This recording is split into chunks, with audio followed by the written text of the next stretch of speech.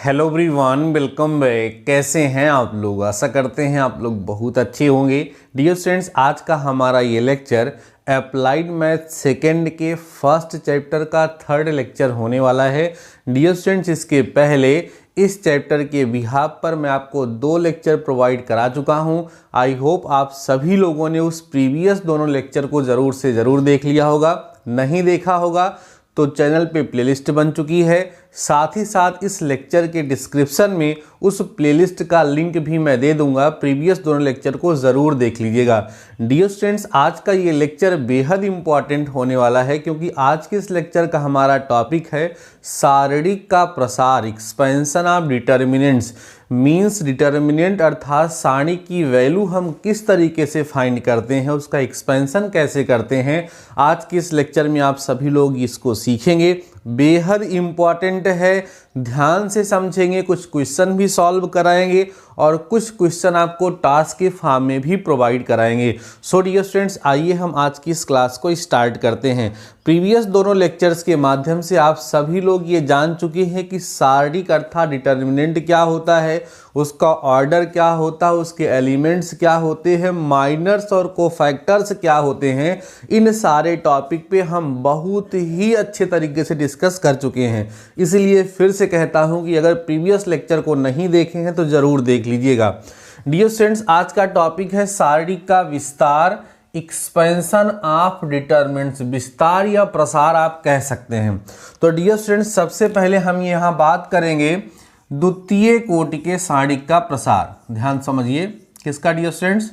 द्वितीय कोटि के सारणिक का प्रसार। द्वितीय कोटि के सारणिक का प्रसार ध्यान से समझिएगा और जल्दबाजी बिल्कुल मत करिएगा। कॉपी और पेन लेकर के आप सभी लोग बैठे होंगे तो आप नोट करते हुए भी चलिएगा। द्वितीय कोटि के सारणिक का प्रसार, expansion of second order determinant. क्या है dear students? Expansion of second order determinant. Second order का जो डिटर्मिनेंट होगा उसका एक्सपेंशन हम कैसे करते हैं, आइए पहले हम ये सीखते हैं। बड़ा आसान होता है डियर स्टूडेंट्स। जैसे सपोज करो डेल्टा इक्वल टू आपको डिटर्मिनेंट दे दिया गया ए बी सी और डी। एक जनरल एग्जांपल मैं ले रहा हूं। अब ये आपके सामने एक डिटर्मिनेंट लिखा हुआ है जो कि सेकेंड ऑर्डर का है। तो इसकी वैल्यू पता करने का तरीका क्या होता है? इसके डायगोनल एलिमेंट्स को, एक लीडिंग डायगोनल होता है, एक ऑफ डायगोनल होता है, दोनों को मल्टीप्लाई करके सब्ट्रैक्ट कर दिया जाता है। तो देखिए, इसको इससे करेंगे तो क्या आएगा? AD आएगा। इसको इससे करेंगे तो क्या आएगा? BC आएगा। इसको सिंप्लीफाई कर लेते हैं तो यही इस डिटर्मिनेंट की वैल्यू हो जाती है। और इस वैल्यू को किस मेथड से फाइंड कर रहे हैं हम? एक्सपेंशन मेथड से फाइंड कर रहे हैं। कोई पर्टिकुलर एग्जांपल लेकर के आपको दिखाता हूं, ध्यान से समझते चलिएगा। लेक्चर कंप्लीट देखेंगे डियर स्टूडेंट्स, तभी उसका पूरा लाभ आप सभी लोगों को मिल पाएगा। देखिए, जैसे हम डेल्टा इक्वल टू लिख देते हैं यहाँ पे 2, 3, 4 और 9। ठीक है, ये हमारा एक सेकेंड ऑर्डर डिटर्मिनेंट है और हमें इसकी क्या करनी है? वैल्यू फाइंड करनी है। तो कैसे करेंगे? इसको इससे मल्टीप्लाई करेंगे, 2 9 जा 18 हो जाएगा, -3 4 जा 12 हो जाएगा। तो डेल्टा इक्वल टू कितना आ जाएगा? 18 में से 12 गया 6।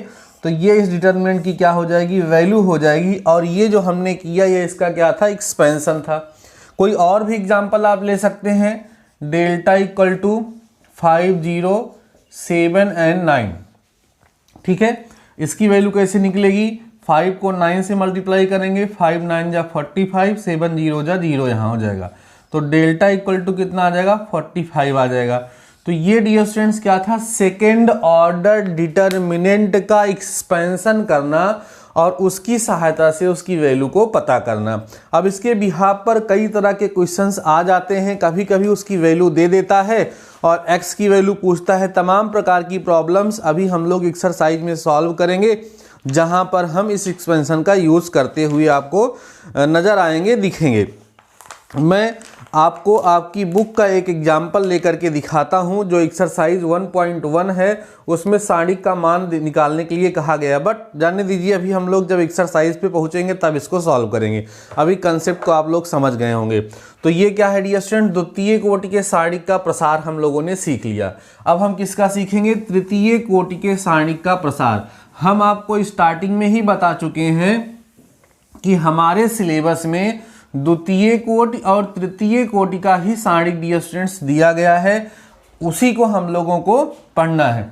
तो अभी हमारा टॉपिक क्या होगा, तृतीय कोटि के सारणिक का प्रसार। ध्यान दो डियर स्टूडेंट्स, अभी हम द्वितीय कोटि पढ़ रहे थे, अब क्या आ गया, तृतीय कोटि के सारणिक का प्रसार, एक्सपेंशन ऑफ थर्ड ऑर्डर। ध्यान दो क्या हो जाएगा यहाँ पर, थर्ड ऑर्डर डिटर्मिनेंट। आइए इसको भी हम लोग एक एग्जाम्पल के माध्यम से सीख लेते हैं कि थर्ड ऑर्डर डिटर्मिनेंट जब होता है तो उसका एक्सपेंशन हम लोग कैसे करते हैं।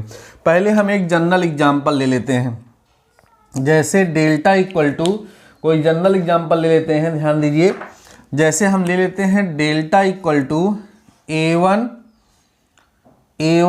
ध्यान दो, A1, A2, A3, B1, B2, B3, C1, C2, C3। ये थर्ड ऑर्डर का हमने एक जनरल एग्जाम्पल लिया है। इसका एक्सपेंशन कैसे किया जाता है ये हमें सीखना है। तो डियर स्टूडेंट, जो थर्ड ऑर्डर का डिटर्मिनेंट होता है उसका एक्सपेंशन सेकेंड ऑर्डर में चेंज करके ही किया जाता है। करते क्या है, फर्स्ट रो के रिस्पेक्ट में इसका एक्सपेंशन कर देते हैं, या फर्स्ट कॉलम के रिस्पेक्ट में भी किया जाता है। लेकिन अभी हम जब डिटर्मिनेंट की प्रॉपर्टीज को पढ़ लेंगे तब उसको अप्लाई करेंगे। अभी बस आप इतना जानिए कि पहले पंक्ति के सापेक्ष इसका क्या किया जाता है, प्रसार किया जाता है। ठीक है, आइए समझिए, करते हैं प्रसार। अब डियर स्टूडेंट्स ये भी ध्यान रखो, इसका साइन होता है प्लस माइनस प्लस, अल्टरनेट क्रम में चलता है। देखो ध्यान से कैसे, plus minus plus, minus plus minus, plus minus plus, ये डिटर्मिनेंट के जो 9 एलिमेंट्स होते हैं उनका साइन होता है। अच्छा, इस साइन को पता करने का तरीका भी आपको बताया जा चुका है। तरीका क्या होता है, -1 की पावर i और प्लस में j। कहीं कंफ्यूजन हो तो पता भी कर सकते हैं इसका माइनस क्यों हो गया, क्योंकि ये क्या है, A12 है, तो -1 की पावर 1 + 2 मीन्स -1 की पावर 3 होगा, तो फाइनली निगेटिव ही तो आएगा ये ना। तो उस तरीके से अल्टरनेट क्रम में आप इसको डायरेक्ट भी याद कर सकते हैं, प्लस माइनस प्लस, फिर minus plus minus plus minus plus, इस तरीके से आप ध्यान रख सकते हैं। ठीक है, तो कहने का तात्पर्य डियर स्टूडेंट्स ये है कि ये जो हमारा फर्स्ट रो है, ध्यान दें, ये जो फर्स्ट रो है, इस फर्स्ट रो में A1 का साइन कैसा होगा, प्लस, A2 का माइनस और A3 का प्लस, क्योंकि प्लस माइनस प्लस ऐसे होता है। तो इसका एक्सपेंशन करते हैं कैसे, पहले रो के रिस्पेक्ट में। तो पहले रो के रिस्पेक्ट में जब एक्सपेंशन करेंगे डियर स्टूडेंट्स, तो यहाँ A1 लिख लिया जाएगा। अब A1 लिखने के बाद A1 जिस रो जिस कॉलम में है उसको छोड़ देंगे। ध्यान से सुनिए, A1 जिस रो जिस कॉलम में है उसको छोड़ दीजिए, तो क्या बचेगा बताओ, B2 बचेगा और C2 बचेगा। ध्यान से समझना, ठीक है। और क्या बचेगा, B3 बचेगा और क्या बचेगा, C3 बचेगा। अब जब A1 का हो गया तब इसकी बारी आएगी, तो A2 का साइन माइनस में होता है तो -A2 हो जाएगा। अब A2 जिस रो जिस कॉलम में है उसको छोड़ दीजिए, बचेगा कितना हमारे पास, B1 C1 और क्या बचेगा, ये छूटा और ये छूटा, B3 C3 बचेगा, है ना, B3 और C3 बचेगा। इसके बाद हम किसको लिखेंगे, A3 को।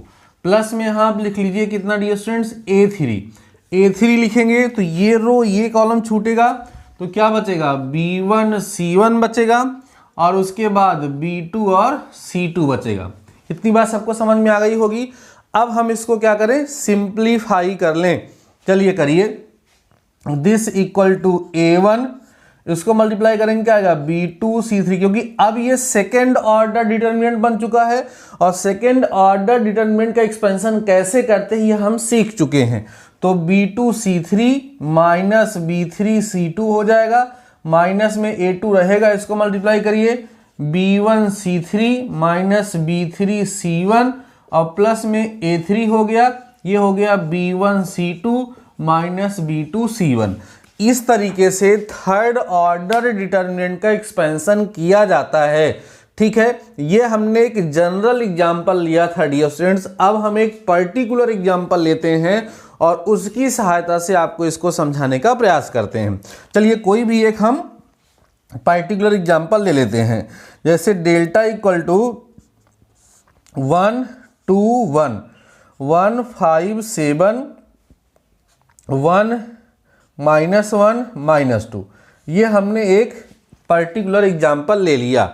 अब हमें करना क्या है, इसका एक्सपेंशन करके इस डिटर्मिनेंट की वैल्यू को फाइंड करना है। देखिए शुरुआत के जो बेसिक कंसेप्ट हैं वो हम आपको समझाने और सिखाने का प्रयास कर रहे हैं, और इसमें आपको जल्दबाजी करने की डियर स्टूडेंट ज़रूरत नहीं है। धीरे धीरे करके जैसे जैसे आपका कंसेप्ट मजबूत होता जाएगा उतनी तेज़ी से आप एक्सरसाइज को सॉल्व करते हुए चलेंगे। ज़रूरत पड़ेगी तो लेक्चर का टाइमिंग बढ़ाऊंगा, ज़रूरत पड़ेगी तो 2 लेक्चर प्रोवाइड कराऊंगा, लेकिन आप सभी लोगों के एग्जाम तक आपके सिलेबस को कंप्लीट करने का पूरा प्रयास करूंगा। इसलिए आप सभी लोग ईमानदारी से हमारे साथ तैयारी करते रहिए। सिलेबस की टेंशन, समझ में ना आने की टेंशन छोड़ दीजिए, बस अपनी तरफ से ईमानदार रहिए। अगर कहीं किसी प्रकार का कोई डाउट लगता है तो उसको आप बड़े ही डिसिप्लिन के साथ, अनुशासन में रहते हुए अपने क्वेश्चन को पूछ सकते हैं, क्योंकि कई सारे लोगों की कमेंट सेक्शन में लैंग्वेज कुछ अजब ही रहती है तो उन्हें मजबूरन हमें ब्लॉक करना पड़ता है। ठीक है, तो आइए इसको हम लोग सॉल्व करते हैं। ये पर्टिकुलर एग्जांपल हमने लिया है, इसको हम एक्सपेंड करने चल रहे हैं। तो फर्स्ट रो के रिस्पेक्ट में डियर स्टूडेंट्स इसको हम क्या करेंगे, एक्सपेंड करेंगे। जरा समझिए, 1 लिखेंगे, ठीक, 1 लिखने के बाद 1 जिस रो जिस कॉलम में है छोड़ दो, क्या बचेगा 5 7 -1 -2 बचेगा। ठीक है, उसके बाद हम किसको लिखेंगे, इस 1 को, इसका साइन माइनस होता है तो -1 हो जाएगा। ये जिस रो जिस कॉलम में है छोड़ो तो क्या आएगा 2 1 -1 और -2 हो जाएगा। फिर हम क्या लिखेंगे यहाँ पर डियर स्टूडेंट्स, +1, ये जिस रो जिस कॉलम में है छोड़ दीजिए तो क्या बचेगा 2 1 बचेगा और 5 और 7 बचेगा। इतनी बात तो सबको क्लियर हो गई होगी। अब आप देखिए एक्सपेंशन से क्या हुआ, हमारा जो थर्ड ऑर्डर का डिटर्मिनेंट था वो सेकेंड ऑर्डर डिटर्मिनेंट में कन्वर्ट हो चुका है। अब इसको हम आसानी से सिंप्लीफाई कर सकते हैं। करिए, 1 को लिखे रहिए, कुछ होने वाला नहीं है इससे। 5 2 10 -10 और -7, लेकिन इधर माइनस लगता है तो माइनस माइनस प्लस हो जाएगा, +7 ना। और यहाँ क्या लिखेंगे, -1 लिखेंगे भैया, और 2 2 4 -4, 1 × 1 -1, लेकिन इधर वाला माइनस मिलकर के उसको प्लस करेगा, +1 यहाँ लिखेंगे, और यहाँ 7 2 14, माइनस में कितना आएगा 5 आएगा। ठीक है, जरा मैं इसको इधर लिख देता हूँ। अब देखिए -10 + 7 तो कितना आ गया, -3 आ गया, क्योंकि इसको मल्टीप्लाई करने से वही आएगा। आगे बढ़िए, -4 + 1 -3, -3 × -1 तो कितना हो गया, +3 हो गया। अब इसके बाद देखिए 14 - 5 तो कितना आ जाएगा, 9 आ जाएगा। ये दोनों कैंसिल हो जाएंगे, फाइनली 9 जो होगा वो इस डिटर्मिनेंट की क्या आ जाएगी, वैल्यू आ जाएगी। किस मेथड से इसकी वैल्यू हम लोगों ने पता की भैया, किस मेथड से पता की, एक्सपेंशन करके। ठीक है, डिटर्मिनेंट के एक्सपेंशन मेथड से हमने डिटर्मिनेंट की वैल्यू को क्या किया है, फाइंड किया है। ये एक्सपेंशन आप सब लोगों को अच्छे तरीके से क्लियर हो गया होगा कि डिटर्मिनेंट का एक्सपेंशन हम लोग किस तरीके से करते हैं और एक्सपेंशन करके उसकी वैल्यू को हम कैसे फाइंड करते हैं। अब मैं कुछ छोटे छोटे एग्जाम्पल्स इसकी मदद से आपको समझाने का प्रयास करता हूँ। ठीक है, आप सब लोगों को ध्यान से समझना है, कहीं पर भी ध्यान रखिएगा। दिक्कत महसूस होती है तो उसको आपको कमेंट सेक्शन में कमेंट करके तुरंत से तुरंत बताना है। इतनी बात सबको समझ में आ गई होगी। ठीक है, चलिए इसको हम मिटाते हैं, मिटा दे रहा हूँ। ठीक है, ध्यान से समझते चलेंगे, जल्दबाजी बिल्कुल नहीं करनी है, बहुत ही आराम से मैं आपको चीज़ों को समझा रहा हूँ, क्योंकि अभी हम आपको कंसेप्ट सिखा रहे हैं। कंसेप्ट जब आपका क्लियर हो जाएगा तो एक्सरसाइज आप लोग खुद ब खुद सॉल्व कर लेंगे। ऐसा नहीं है कि मैं सॉल्व नहीं कराऊंगा, बट आप आसानी से खुद सॉल्व कर लेंगे। ठीक है, अब जरा सुनिएगा, सारणिक विस्तार किसी पंक्ति या स्तंभ के अनुसार किया जा सकता है, परंतु विद्यार्थीगण प्रारंभ में पहली पंक्ति या पहले स्तंभ के सापेक्ष विस्तार करने का अभ्यास करें। अभी मैंने बोला भी था किसी भी रो किसी भी कॉलम के रिस्पेक्ट में आप एक्सपेंशन कर सकते हैं, लेकिन अभी मैंने केवल फर्स्ट रो के रिस्पेक्ट में एक्सपेंशन कराया है। अभी आगे हम जब डिटरमिनेंट की प्रॉपर्टी पढ़ेंगे तो वहाँ आपको बताएंगे कि और किसी रो और किसी कॉलम को लेकर के एक्सपेंशन आप कर सकते हैं, और किस रो या किस कॉलम को लेकर के हम एक्सपेंशन करें तो वैल्यू आसानी से निकलती है, वो बाद का टॉपिक है, अभी हम लोग डिस्कस करेंगे। ठीक है, आइए हम लोग आगे बढ़ते हैं। हमारा टॉपिक है डियर स्टूडेंट्स, अगला जो है वो सारणी के गुण हैं, प्रॉपर्टीज ऑफ डिटरमिनेंट्स हैं, लेकिन उसको सॉल्व करने से पहले हम कुछ एग्जाम्पल्स डिस्कस कर लें, ठीक है। जिस तरह के क्वेश्चन एग्जाम में पूछे जाते हैं जरा उन पर हम डिस्कस कर लें, जिससे हमारा एक्सपेंशन वाला जो टॉपिक है थोड़ा सा मजबूत हो जाए तो बेहतर होगा। ठीक है, कुछ एग्जाम्पल ले रहा हूँ, किस तरह के क्वेश्चंस एग्जाम में हमारे पूछे जाते हैं एक्सपेंशन की हेल्प से, उसको हम बता रहे हैं। चलिए देखिए क्या है, निम्न के लिए x का मान ज्ञात करें। कुछ क्वेश्चन सॉल्व कराने वाला हूँ dear students.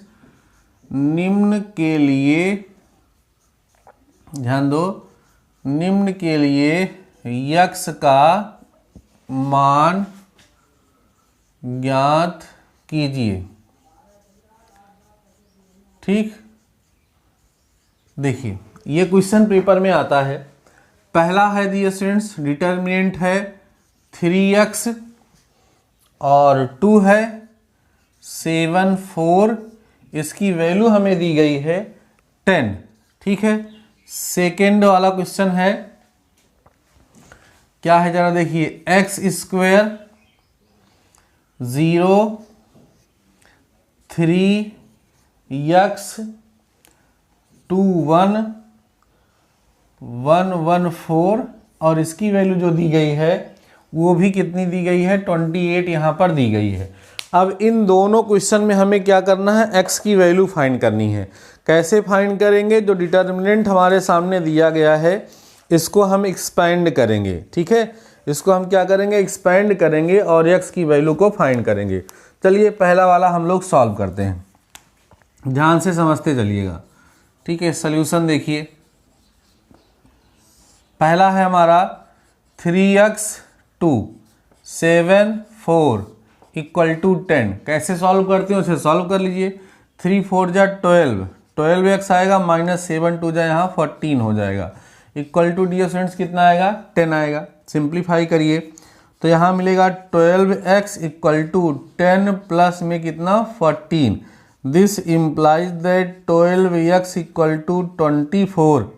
This implies that x equal to 24 by 12 implies that x equal to 2।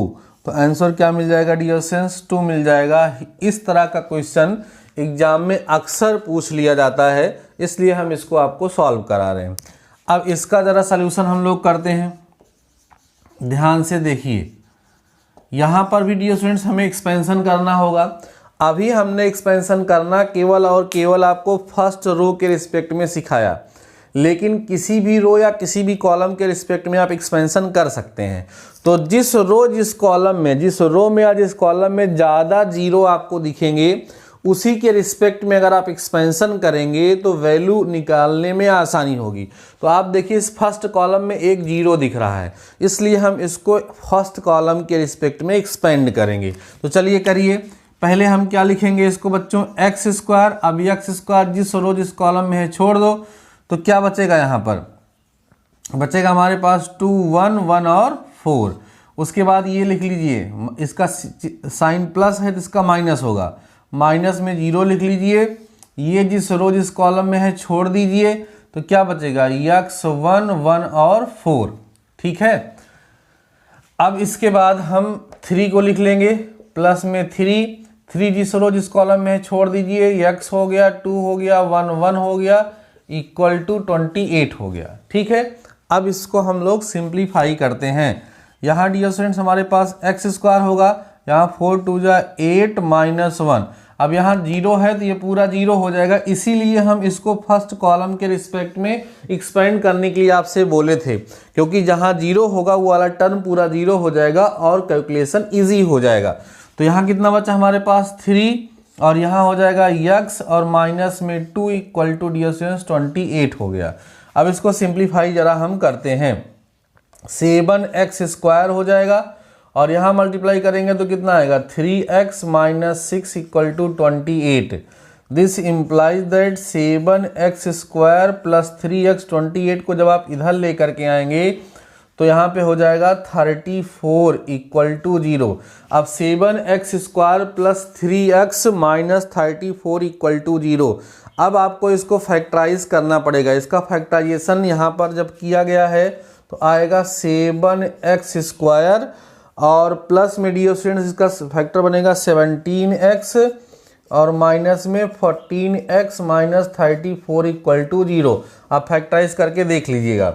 अब क्या होगा, यहाँ x कॉमन होगा तो बचेगा 7x प्लस 17 और माइनस में यहाँ 2 कॉमन ले लो तो कितना बचेगा 7x प्लस में 17 इक्वल टू 0।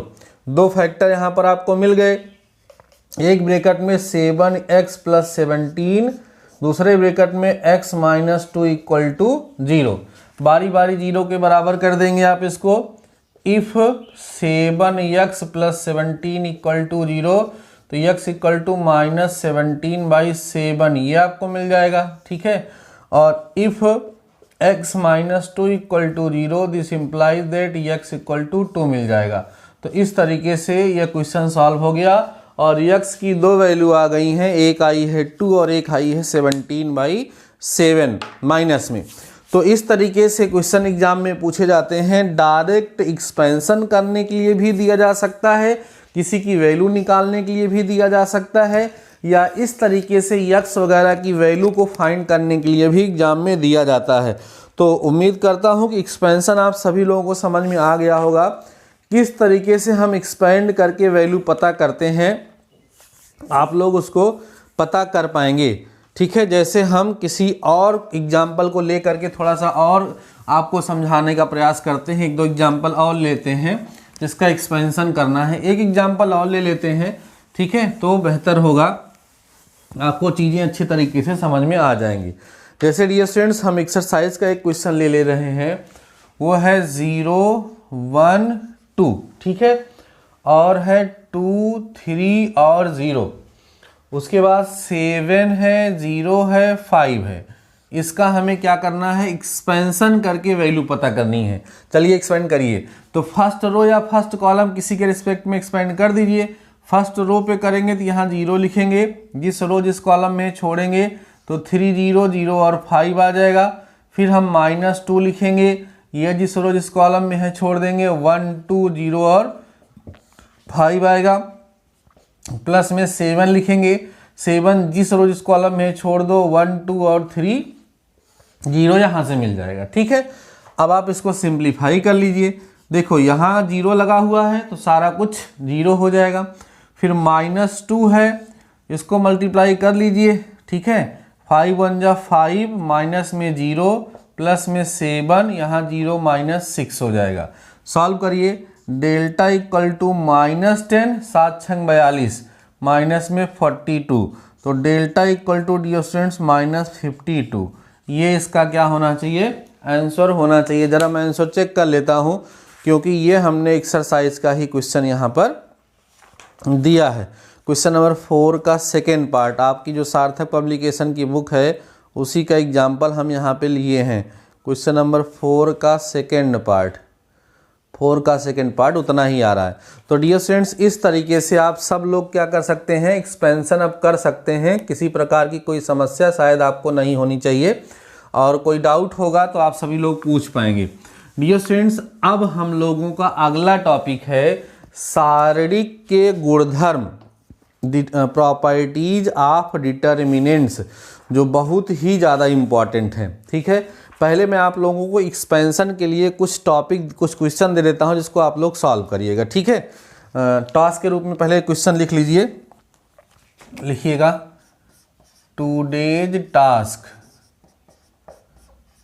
आज के टास्क के लिए कुछ क्वेश्चन लिख लीजिए। कुछ बच्चे तो आंसर देते हैं, कुछ लोग नहीं देते हैं, कोई बात नहीं है, करेंगे तब भी अच्छा है। पहला है find the value of find the value of, value पता करनी है आपको किसकी, 251 लिखा हुआ है, ठीक है, 3 6 और 2 है, 3 6 2 है, 4 1 और 3 है, इसकी वैल्यू फाइंड करनी है। कैसे, एक्सपेंशन करके इस डिटर्मिनेंट की वैल्यू आपको फाइंड करनी है। उसके बाद एक और लिख लीजिए, फाइंड द वैल्यू ऑफ 3 -1 -1 -2 2 हो गया, फिर 1 -2 -2, ये एक डिटर्मिनेंट और दिया गया है।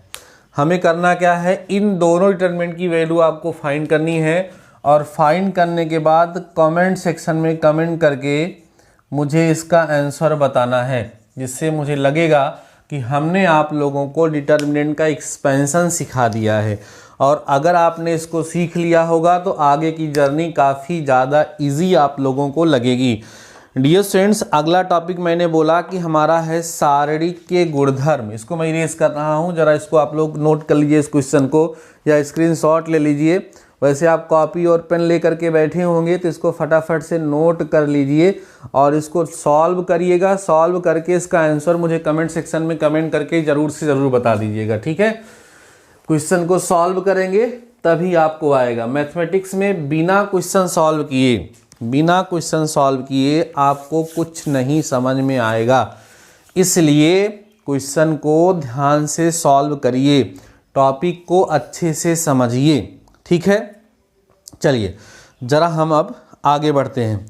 टॉपिक है हमारा डियर स्टूडेंट्स सारणिक के गुणधर्म, प्रॉपर्टीज ऑफ डिटर्मिनेंट। सबसे ज़्यादा इंपॉर्टेंट टॉपिक सारणिक के गुणधर्म, properties of determinants, properties of determinants, सारणिक के गुणधर्म, ठीक है।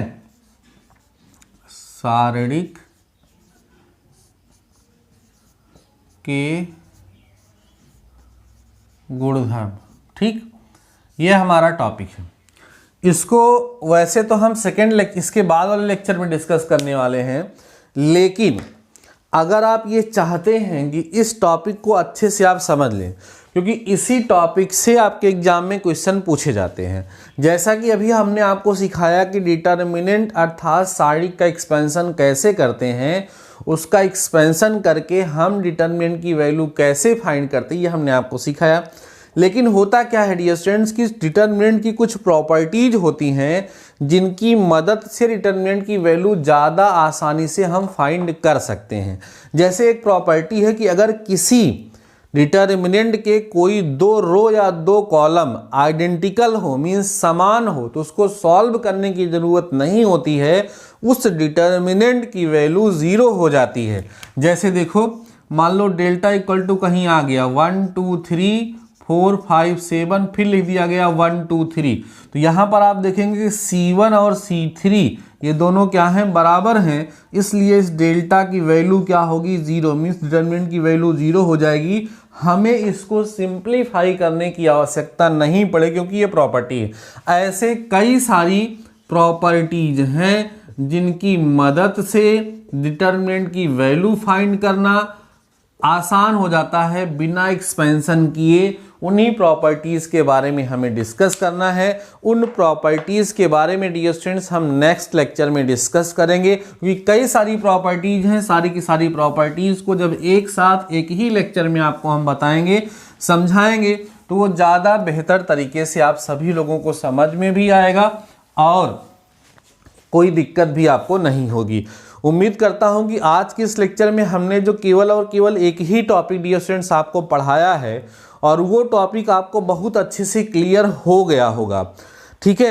अगर आप लोगों को वो टॉपिक नहीं समझ में आया है, कहीं किसी प्रकार का डाउट आपके दिमाग में आ रहा है, तो बिना देर किए कमेंट सेक्शन में कमेंट कर दीजिए, जिससे नेक्स्ट लेक्चर में हम उस टॉपिक को और अच्छे से फोकस कर सकें। डियर स्टूडेंट्स, इसके पहले जो 2 लेक्चर हुए हैं उनकी प्लेलिस्ट बन चुकी है, उस प्लेलिस्ट का लिंक भी इस लेक्चर के डिस्क्रिप्शन में मैं दे दिया हूँ, ज़रूर से ज़रूर उनको देख लीजिएगा। इसके अतिरिक्त डियर स्टूडेंट्स, अगर आप लोगों ने अभी तक हमारे टेलीग्राम चैनल को ज्वाइन नहीं किया है तो टेलीग्राम पे तुरंत सर्च करिए डीडी मैथमेटिकल सॉल्यूशन और आप हमारे टेलीग्राम चैनल को ज़रूर से ज़रूर ज्वाइन कर लीजिए, क्योंकि वहाँ पर हम आपसे डायरेक्ट इंटरेक्ट होते हैं। कोई इंपॉर्टेंट क्वेश्चन की PDF सेंड करनी हो गई या कोई इन्फॉर्मेशन देनी हो गई या कभी हो सकता है किसी कारण से क्लास ना हो पाए, तो उन सब चीज़ों की सूचना हम टेलीग्राम चैनल पर ही देते हैं।